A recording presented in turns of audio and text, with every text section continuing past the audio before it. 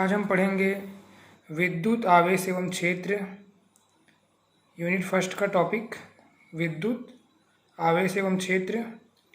इसमें आज हम पढ़ेंगे गॉस प्रमेय। इसके पहले आपने बहुत सारे टॉपिक पढ़े हैं, उसमें विद्युत क्षेत्र पढ़ा है, विद्युत क्षेत्र की तीव्रता पढ़ा है, कूलाम का नियम भी आप पढ़ चुके हैं। आज हमारा जो टॉपिक है वो है गॉस प्रमेय। और गॉस प्रमेय क्या होता है? किसी बंद पृष्ठ से गुजरने वाला संपूर्ण विद्युत फ्लक्स उस बंद पृष्ठ के अंदर निर्वात में उपस्थित कुल आवेश का 1/ε0 गुना होता है। यहाँ पे जो ये छोटा सा ई नॉट दिख रहा है उसे ε0 कहते हैं, ε0 भी कहते हैं। तो यहाँ पे आपको दो शब्द नया मिल रहा होगा। सबसे पहले विद्युत फ्लक्स है ना, विद्युत फ्लक्स जो है आपको एक नया शब्द दिख रहा होगा इसमें। तो विद्युत फ्लक्स क्या है? तो विद्युत फ्लक्स जैसे कोई विद्युत क्षेत्र है, ये विद्युत क्षेत्र मान लेते हैं, तो विद्युत क्षेत्र से अभिलंबवत गुजरने वाली है ना, ये विद्युत क्षेत्र है, उससे अभिलंबवत गुजरने वाली बल रेखाओं की संख्या को हम क्या कहते हैं? विद्युत फ्लक्स कहते हैं। ठीक है, समझ आ गया आप लोगों को? विद्युत क्षेत्र से है ना, ये विद्युत क्षेत्र है, तो विद्युत क्षेत्र से अभिलंबवत गुजरने वाली बल रेखाओं की संख्या को विद्युत फ्लक्स कहते हैं। विद्युत क्षेत्र से अभिलंबवत गुजरने वाली कुल बल रेखाओं की संख्या को विद्युत फ्लक्स कहा जाता है। अब यहाँ पर आपको जो एक नया और शब्द मिल रहा है ε0 या ε0। तो जहाँ ε0 निर्वात की विद्युतशीलता है ना, ε0 क्या है? निर्वात की विद्युतशीलता। और निर्वात मतलब क्या होता है? जहाँ पर वायु ना हो। तो एक बार हम फिर से देखते हैं। किसी बंद पृष्ठ से, बंद पृष्ठ मतलब कोई भी पृष्ठ जो कि पूरा बंद रहेगा, बंद पृष्ठ से गुजरने वाला संपूर्ण विद्युत फ्लक्स उस बंद पृष्ठ के अंदर निर्वात में उपस्थित कुल आवेश का 1/ε0 गुना होता है।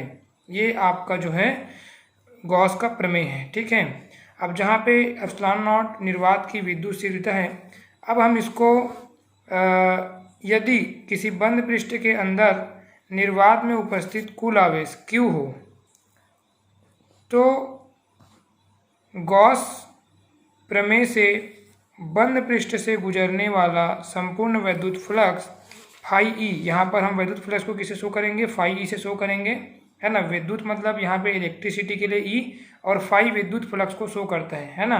तो φE इज इक्वल टू, है ना, यहाँ पर मैंने सम ऑफ का चिन्ह लगा दिया है ना। ये सम ऑफ जो है बंद पृष्ठ को शो करता है, S मतलब सरफेस, और यहाँ पे जो सम ऑफ में मैंने जो गोला लगाया ये बंद पृष्ठ है। ठीक है, ये क्या है? बंद पृष्ठ, और S मतलब सरफेस, तो ये बंद पृष्ठ है। E मतलब विद्युत क्षेत्र इंटू DS, है ना, उस पृष्ठ का जो है DS क्या है? उस पृष्ठ को शो करता है, बंद पृष्ठ को, इज इक्वल टू Q/ε0। मतलब आप अगर इसको शॉर्ट में डायरेक्ट लिखना चाहें तो φ इज इक्वल टू Q/ε0, जो कि गॉस का प्रमेय है कि किसी बंद पृष्ठ से गुजरने वाला विद्युत फ्लक्स φE बराबर क्या होता है? 1/ε0 गुना, है ना। तो ये डायरेक्ट इसको आप φ इज इक्वल टू 1/ε0 भी लिख सकते हैं, या फिर अगर लिखना चाहें तो बंद पृष्ठ E इंटू DS, जहाँ पे E क्या है? विद्युत क्षेत्र, और DS उसका सरफेस है। ठीक है, D किसको शो करता है? छोटे सरफेस को। उसके बाद हम इसका निगमन देखेंगे। तो निगमन में माना कोई बिंदु आवेश Q किसी गोले के केंद्र O पर रखा है ना। जहाँ पर आपको एक गोला दिख रहा होगा डायग्राम में, ये देखिए, एक बंद पृष्ठ है ना, एक बंद पृष्ठ है जिसमें एक केंद्र है ना, केंद्र इसका O है, और इसकी त्रिज्या, इस गोले की त्रिज्या R है। ठीक है, इस गोले की त्रिज्या क्या है? R है। O इसका केंद्र है, और केंद्र से एक बिंदु P है ना। यहाँ पर जो है हम एक डिस्टेंस ले सकते हैं, है ना। आप अपने शब्दों में कोई भी यहाँ पर दूरी लिख सकते हो कि O से जो है अगर R दूरी पर बिंदु P है लिख सकते हैं, है ना। और यहाँ पे जो ये DS है वो इस छोटे सरफेस को इंडिकेट कर रहे हैं, है ना। पूरे सरफेस को हम S ले सकते हैं, और DS मतलब ये छोटा सरफेस, है ना, D मतलब स्मॉल सरफेस के लिए। तो यहाँ पर हम देखते हैं निगमन को फिर से। तो निगमन जो है ना, आप निगमन देखेंगे।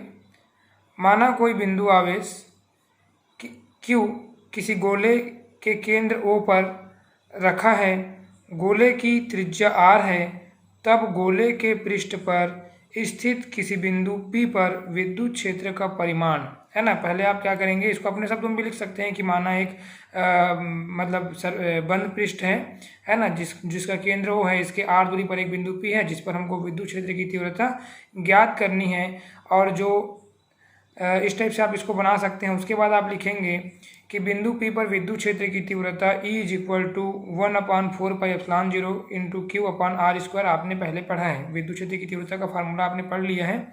E is equal to 1/4πε0 into Q/r²। ठीक है। अब इस क्षेत्र E की दिशा त्रिज्यीय OP के अनुदिश बाहर की ओर होगी, है ना। इसकी दिशा कैसी होगी, इस तरफ होगी, है ना। इसमें डायग्राम में आप लोग देख लेंगे, OP की ओर होगी। इस जो क्षेत्र है उसकी दिशा OP के अनुदिश बाहर की ओर होगी।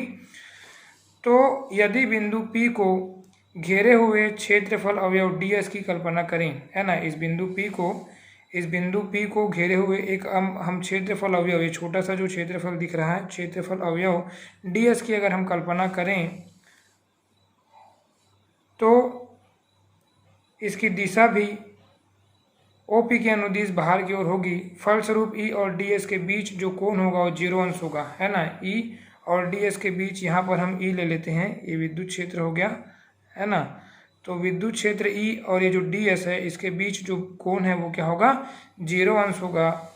और अतः क्षेत्रफल अवयव ds से गुजरने वाला वैद्युत फ्लक्स, है ना, ds से गुजरने वाला वैद्युत flux d phi E is equal to E into ds is equal to E ds cos theta, है ना। यहाँ पे आप क्या लिखोगे, d phi E मतलब d मतलब उस छोटे सरफेस के लिए है, बराबर E इंटू ds, इसका फार्मूला है। जहाँ पे E विद्युत क्षेत्र है, ds उसका सरफेस है, बराबर E into d cos theta होगा। क्योंकि वहाँ पर जो कोण बनेगा वो cos थीटा के रूप में होगा, है ना। क्योंकि लंब बटे अगर कर्ण हो रहा है तब साइन थीटा के रूप में होगा, लेकिन वहाँ पर जो कोण है आधार के रूप में है, इसलिए वहाँ पर जो कोण होगा वो cos थीटा होगा।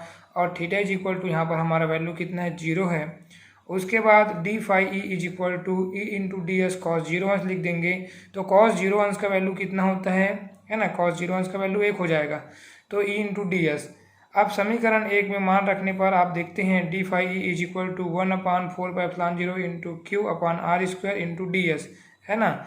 मतलब हमने E का वैल्यू रखा, समीकरण 1 से E का वैल्यू क्या रखा, 1/4πε0। ठीक है। समीकरण 1 से आप E का वैल्यू रख देते हैं 1/4πε0 इंटू Q/r² इंटू ds ये वाला, है ना। यहाँ पे आपने E का वैल्यू रख दिया 1/4πε0 इंटू, है ना, Q/r², E का वैल्यू है, E मतलब विद्युत क्षेत्र जो आप पहले भी पढ़ चुके हैं, इंटू ds। ठीक है, इंटू ds ये वाला वैल्यू। अब गोले के पृष्ठ के प्रत्येक बिंदु पर E और ds के बीच का कोण 0 अंश है, अतः गोले के पृष्ठ से गुजरने वाला संपूर्ण वैद्युत फ्लक्स, है ना। यहाँ पे आप जो d phi E लिए हैं छोटे सरफेस के लिए है ना। d जो आपने लगाया वो छोटे सरफेस के लिए, जो स्मॉल सरफेस हमने गोले में लिया है।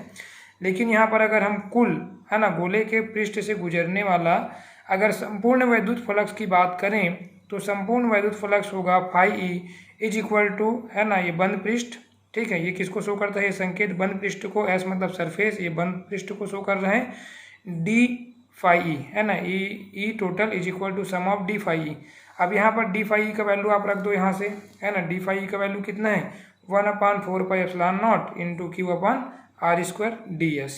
ठीक है, इस वैल्यू को आप यहाँ पर रख देंगे तो phi E is equal to हो जाएगा सम ऑफ, है ना, बंद पृष्ठ का समाकलन 1/4πε0 इंटू Q/r², है ना, इंटू ds।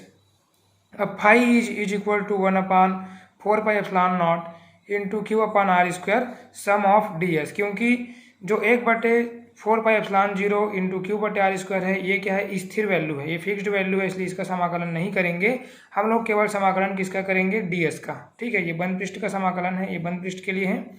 अब जो ds है वो क्या है ना, ds क्या है, पृष्ठीय क्षेत्रफल है किसका, गोले का। क्योंकि हमने जो घासी पृष्ठ लिया है वो कैसा लिया है, गोलाकार लिया है। तो जो ds है वो गोले का पृष्ठीय क्षेत्रफल है। तो यहाँ पर ds इज इक्वल टू हम लोग लिख लेंगे 4πr², है ना। ds का वैल्यू क्या हो जाएगा, 4πr², गोले का कुल पृष्ठीय क्षेत्रफल। अब phi E is equal to 1/4πε0 into Q बटे आर स्क्वायर इंटू 4πr²। ये 4πr² किसका वैल्यू है ना, डी एस का।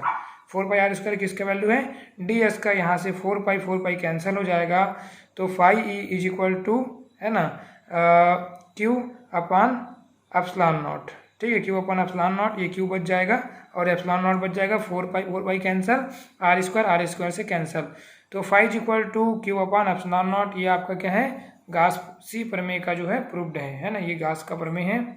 तो ओवरऑल अगर हम बात करें गॉस प्रमेय का, तो आपने देखा कि एक बंद पृष्ठ से गुजरने वाला संपूर्ण विद्युत फ्लक्स, जिसको हम फाई से शो करते हैं, किसके बराबर होता है, उस बंद पृष्ठ से गुजरने वाला संपूर्ण विद्युत फ्लक्स उस बंद पृष्ठ के अंदर उपस्थित कुल आवेश का 1/ε0 होता है। तो यहाँ पे जो फाई है वो विद्युत फ्लक्स है, कि उसका आवेश है, और ε0 क्या है, विद्युतशीलता है। तो बस, थैंक यू।